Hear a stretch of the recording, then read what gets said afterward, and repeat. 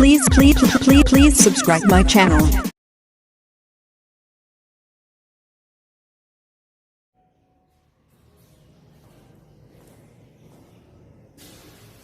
Good morning students,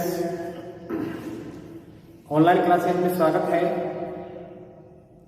और आज मैं लेकर के आया हूँ क्लास 8 का चैप्टर नंबर 2 एनसीईआरटी के अनुसार। चैप्टर है सूक्ष्म जीव, हमारे मित्र और शत्रु। देखिए, सूक्ष्म जीव से तात्पर्य है ऐसे जीव जो बहुत ही सूक्ष्म होते हैं, छोटे होते हैं। इन जीवों को हम नग्न आंख से नहीं देख सकते हैं। केवल कुछ ही जीव ऐसे हैं जिनको हम देख सकते हैं, बाकी अधिकांश जीवों को हम नग्न आंख से नहीं देख पाते हैं। तो ऐसे जीव सूक्ष्म जीव कहलाते हैं। और इनको है वो 4 वर्गों में बांटा गया है। 4 वर्गों कौन से हैं? पहला देखिए, वो है जीवाणु। कौन सा है? जीवाणु। इसको बोलते हैं बैक्टीरिया, अंग्रेजी में क्या बोलते हैं? बैक्टीरिया। दूसरा जो वर्ग है वह है कवच, इसको हम बोलते हैं फंगी। क्या बोलते हैं? फंगी। तीसरा जो वर्ग है वह है प्रोटोजोआ, और चौथा जो वर्ग है वह है शैवाल, जिसको हम एल्गी कहते हैं। एक 5वां वर्ग और है, लेकिन उस 5वें वर्ग को हम इस सूक्ष्म जीवों की गिनती से थोड़ा अलग रखते हैं। उसके पीछे कारण है, वो हम अभी जानेंगे। तो सबसे पहले हम 4 वर्गों की बात करते हैं। तो बैक्टीरिया देखिए, इसको तो जीवाणु बोलते हैं। तो ये भी प्रकार के सूक्ष्म जीव हैं और इनके द्वारा कई प्रकार के रोग जीव जंतुओं में उत्पन्न हो जाते हैं। जैसे हम मनुष्य की बात करें तो मनुष्य के अंदर जैसे कि टाइफाइड का आपने नाम सुना होगा, जिसके अंदर व्यक्ति के अंदर मध्यम बुखार बना हुआ रहता है। तो ये एक जीवाणु के द्वारा होता है, बैक्टीरिया के द्वारा होता है, जिसको हम साल्मोनेला टाइफी नामक जीवाणु के रूप में जानते हैं। कौन सा जीवाणु है? Salmonella typhi. ये जीवाणु दूषित पानी के द्वारा या गंदे भोजन के द्वारा हमारे शरीर में प्रवेश करता है, और प्रवेश करके हमारी जो आंत होती है, इंटेस्टाइन्स होती है, उन आंतों में जाकर के इन्फेक्शन करते हैं, जिसके द्वारा हमें लगातार मध्यम गति का बुखार बना हुआ रहता है, भूख कम होने लग जाती है और आंतों के अंदर घाव हो जाते हैं। दूसरा डिजीज है क्षय रोग, जिसको हम टीबी के नाम से जानते हैं। क्षय रोग, और इसको क्या बोलते हैं? तपेदिक के नाम से जानते हैं। तपेदिक, क्षय रोग, तपेदिक, या फिर इसको शॉर्टकट में क्या बोलते हैं? टीबी। टीबी से नया तात्पर्य ट्यूबरक्लोसिस नामक जीवाणु के द्वारा ये होती है। माइक्रोबैक्टीरियम ट्यूबरक्लोसिस नामक जीवाणु के द्वारा ये क्षय रोग होता है। और इस रोग के अंदर सर्वाधिक मात्रा में हमारे जो लंग्स होते हैं वो इन्फेक्टेड होते हैं। लंग्स में है वो इन्फेक्शन हो जाता है, घाव हो जाते हैं। और एक बार ये जीवाणु अगर हमारे फेफड़ों में प्रवेश कर जाता है तो वो लगभग 4 से 6 माह तक बना हुआ रहता है। और इसके लिए जो इलाज की पद्धति अपनाई जाती है वो डोट्स कहलाती है, जिसमें रोगी को 6 से 4 माह तक कंटिन्यू एक कोर्स दिया जाता है डोट्स प्रणाली के तहत, और उसके द्वारा इलाज होता है। और इस रोग के अंदर व्यक्ति का जो पूरा इलाज है वो सरकार के द्वारा निःशुल्क होता है।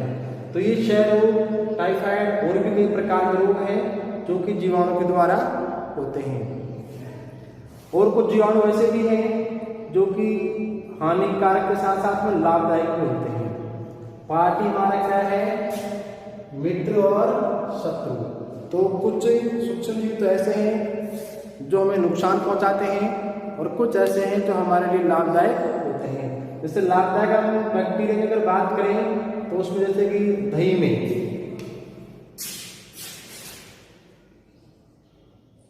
दही कैसे बनता है भाई? तो जैसे कि इधर दूध है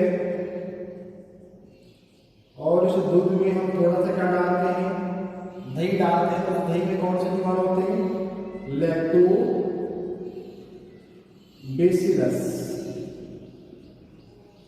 लैक्टोबैसिलस नाम के जीवाणु होते हैं जो इस दूध को दही में कन्वर्ट कर देते हैं, बदल देते हैं। तो दूध में जीवाणु कौन सी होती है? लैक्टोबैसिलस। दूध में शर्करा कौन सी होती है? लैक्टोज शर्करा। तो इस प्रकार से लैक्टोबैसिलस जीवाणु द्वारा हमारा दूध दही में बदल जाता है। तो ये लाभदायक या मित्र के रूप में कार्य करने वाला एक क्या है? जीवाणु। दूसरा देखिए कवक। कवक में उदाहरण के रूप में है राइजोपस और एक है पेनिसिलियम, और भी बहुत सारे हैं। पहला चित्र देखिए राइजोपस का है, जिसमें ये संरचना आपको दिखाई दे रही है। इसको बीजाणुधारी के रूप में अपन जानते हैं। जब ये कवक की बीजाणुधारी जब परिपक्व हो जाती है, मैच्योर हो जाती है, तो ये फटने के बाद में यहाँ से क्या निकलते हैं? बीजाणु निकलते हैं और इधर उधर फैल जाते हैं। सामान्यतः कवकों को हम ऐसे पादप के रूप में भी जानते हैं जिन पादपों के अंदर हरित लवण नहीं पाया जाता है, क्लोरोफिल नहीं पाया जाता है। और ऐसे पादप दूसरे जीवों से, विशेष रूप से सड़े गले कार्बनिक जो पदार्थ होते हैं, उन पदार्थों से अपना भोजन ग्रहण करते हैं और जीवित रहते हैं। जैसे हम बात करें अचार की बात करें, अचार को अगर कुछ समय के लिए तेल से बाहर रख दिया जाए तो उस अचार के ऊपर फंगस या कवक लग जाते हैं। देखेंगे आपने सफेद रंग की फफूंद। और विशेष रूप से वर्षा ऋतु के अंदर ये फंगस क्या होती है? ज़्यादा होती है। तो कहाँ उगती है भाई? ये सड़ी गली कार्बनिक पदार्थों के ऊपर।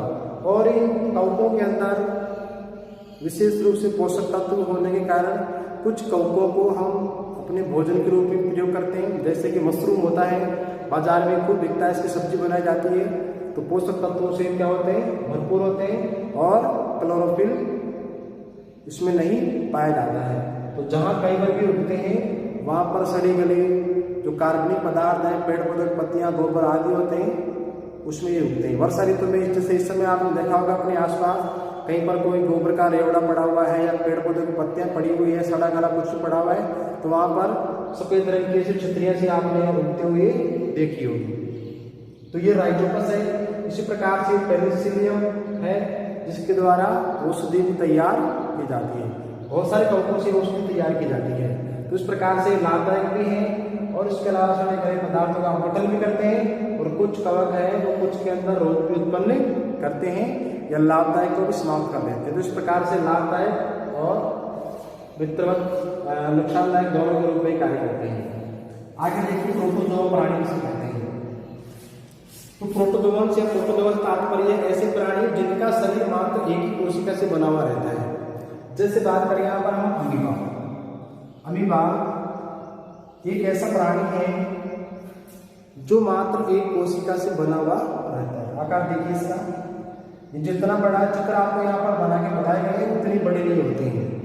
ये बड़ा इसलिए बनाया गया ताकि आपको आसानी से दिख जाए। लेकिन हाँ, इसको अपन नगर आँख से देख सकते हैं, लेकिन बहुत छोटा होता है। ये सामान्यतः जो पानी होता है, स्थायी जल, उसके अंदर ही पाया जाता है और इसी एक कोशिका के द्वारा अपने संपूर्ण क्रियाओं को संपन्न करता है। जैसे कि श्वसन है, उत्सर्जन है, जनन है, पाचन है, इन सभी क्रियाओं को संपन्न कर देता है। ये जो संरचना होती है बाहर की निकली हुई, इसको क्या बोलते हैं? कूटपाद बोलते हैं या पादाप बोलते हैं। इनकी सहायता से ही गति करता है और चलता है।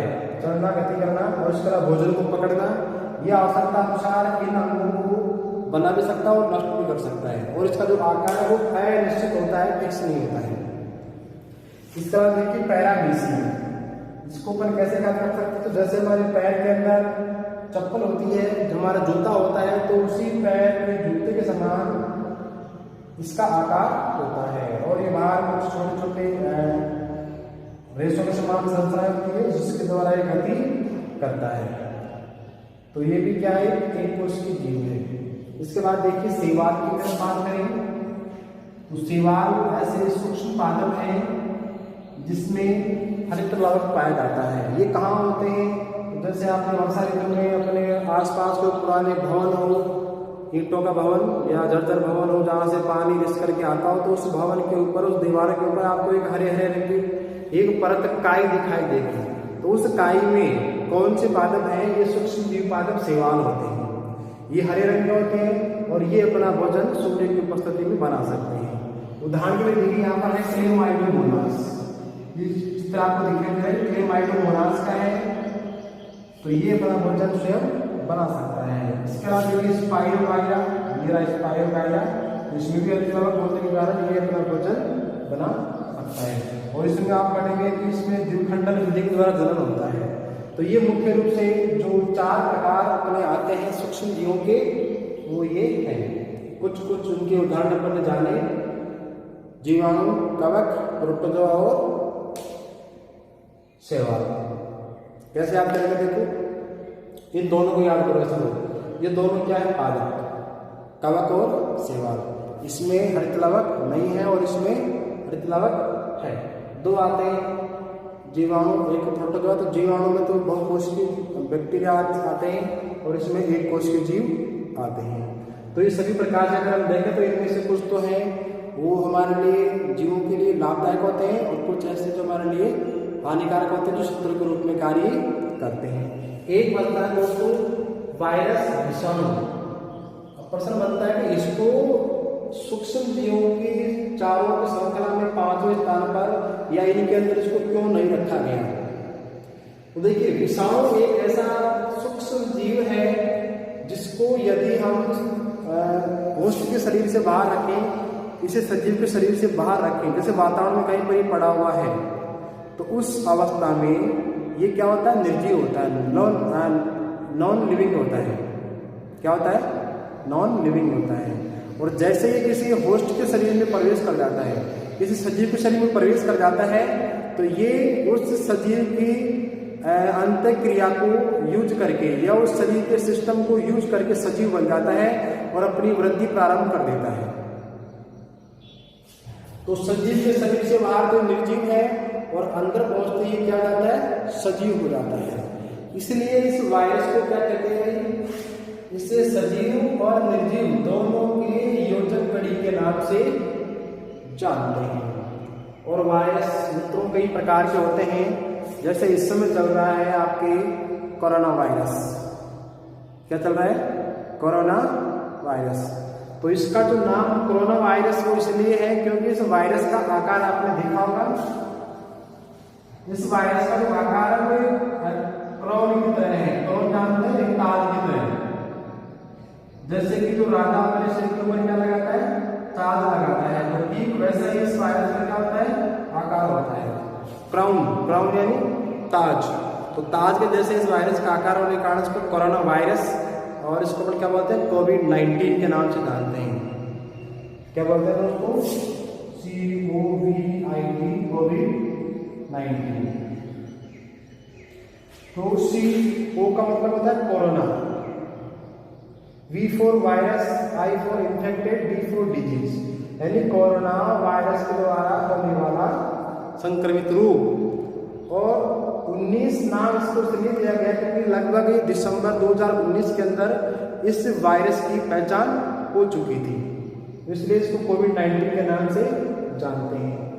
अब इसके बारे में बताया गया कि ये पहले प्रकृति में था, लेकिन ये विभिन्न कुछ जीवों के माध्यम से, ऐसा रिसर्च में आ रहा है, तो कुछ जीवों के माध्यम से ये ह्यूमन बॉडी के अंदर एंटर कर गया। और ह्यूमन बॉडी में एंटर करने के बाद में आज हम देख रहे हैं कि एक व्यक्ति से दूसरे व्यक्ति में लगातार फैलता ही जा रहा है। और इसी कारण से इस पूरे संसार के अंदर एक महामारी, एक पेंडेमिक डिजीज के रूप में ये सामने आ रहा है, जिससे कई लाख लोग लगभग मर चुके हैं। इस समय लगभग 1,65,000 व्यक्ति पूरे देश में मर चुके हैं। हमारे देश में लगभग 50,000 के आसपास ये आंकड़ा पहुंच चुका है। और इसे फैलने का जो प्रमुख कारण है वह आप सभी जानते हैं कि श्वास के द्वारा, खांसने छींकने के द्वारा यह आसानी से एक संक्रमित व्यक्ति से दूसरे व्यक्ति में फैल सकता है। तो इसकी सुरक्षा जो उपाय हैं वो हम सभी को अपनाने हैं और अपना रहे हैं, तभी हम इससे बच करके रह सकते हैं। वैसे इतना भयानक वायरस ये नहीं है, क्योंकि सामान्यतः 80 से 85% लोगों की जो इम्यूनिटी पावर इतनी मजबूत है कि वो इम्यून सिस्टम इस वायरस को स्वतः ही ठीक कर देता है, नष्ट कर देता है। लेकिन भयानकता तब होती है जब ये बहुत सारे लोगों में अगर फैल गया, तो 15 से 20% लोग भी अगर इससे अधिक प्रभावित हुए तो उनके इलाज में हमारे सामने एक बड़ा संकट उत्पन्न हो सकता है। इसलिए इस रोग को इतना भयानक कहा जा रहा है। तो ये अपने क्या थे भाई, सूक्ष्म जीव थे। और देखिए सूक्ष्म जीव कहाँ रहते हैं, कहाँ रहते हैं, तो मैंने इसके बारे में बात की। तो सूक्ष्म जीव क्या हो सकते हैं, एक कोशिक हो सकते हैं, बहुकोशिक भी हो सकते हैं, जैसे जीवाणु, कुछ शैवाल, प्रोटोजोआ हैं। बहुकोशिक जैसे कि कई शैवाल और कवक होते हैं। तो ये बर्फीले क्षेत्र से लेकर के जहाँ बर्फ जमी हुई रहती है वहाँ से लेकर के उष्ण स्थान जो कि बहुत अधिक गर्म है उन स्थानों पर भी ये रह सकते हैं। यानी इसके ऊपर ठंडे और गर्म का कोई असर नहीं पड़ता है। जैसे अभी इसके बारे में चल रहा था कि गर्मी की ऋतु मई जून के अंदर समाप्त हो जाएगा, लेकिन इसके ऊपर कोई इफेक्ट इस गर्मी का नहीं पड़ा है। तो ये कहीं पर भी जीवित रह सकते हैं। लेकिन एक प्रकार का जो सूक्ष्म जीव है वो सभी स्थानों पर नहीं रह सकता, ये सबकी अलग अलग विशेषता होती है। तो ये दलदल में भी रह सकते हैं और मरुस्थल के अंदर भी रह सकते हैं, जहाँ पर बिल्कुल गर्मी है, बिल्कुल सूखा है, वहाँ भी रह सकते हैं। और जहाँ बहुत पानी भरा हुआ है वहाँ पर भी इस प्रकार के सूक्ष्म जीव जीवित रह सकते हैं। और सूक्ष्म जीव क्या होते हैं, दूसरे सजीवों पर आश्रित होते हैं। और कुछ अन्य क्या होते हैं, स्वतंत्र रूप से प्रकृति में भी पाए जाते हैं। तो इस प्रकार से कुछ सूक्ष्म जीव ऐसे भी हैं जो एक समूह के अंदर रहते हैं, ग्रुप बना करके रहते हैं। तो अलग अलग इनका होता है। सूक्ष्म जीव और हमारे बीच में क्या संबंध है, तो ये मैंने भी बताया था कि सूक्ष्म जीव कुछ तो ऐसे हैं जो हमारे लिए लाभदायक होते हैं और कुछ ऐसे हैं जो हमारे लिए हानिकारक होते हैं, शत्रु के रूप में होते हैं। जो लाभदायक होते हैं उनको अपने मित्र के रूप में समझते हैं या मानते हैं। जैसे हम बात करें यहाँ पर दही, ब्रेड आदि को बनाने के लिए हम जैसे कि लैक्टोबैसिलस नाम का जीवाणु है उसका प्रयोग करते हैं पर दही को बनाने के लिए। तो ये क्या हो गया, एक प्रकार से लाभदायक सूक्ष्म जीव हो गया। या फिर अपने हानिकारक जीवाणु की बात करें तो हमारे कई प्रकार की जो खाद्य सामग्रियाँ हैं वो उससे क्या हो जाती है, खराब हो जाती है। और लाभदायक जो सूक्ष्म जीव होते हैं उनका उपयोग अपन वाणिज्यिक रूप में भी करते हैं। तो आशा करता हूँ ये जो वर्गीकरण था सूक्ष्म जीवों का वो आपको समझ में आया होगा। और इससे आगे का जो भाग है वो अपन नेक्स्ट कक्षा में पढ़ेंगे। और चैनल को सब्सक्राइब करें, नीचे जो लाल रंग का बटन है उस पर क्लिक करें ताकि नेक्स्ट इस क्लास की जो भी वीडियो आपको आसानी से प्राप्त हो जाए। धन्यवाद।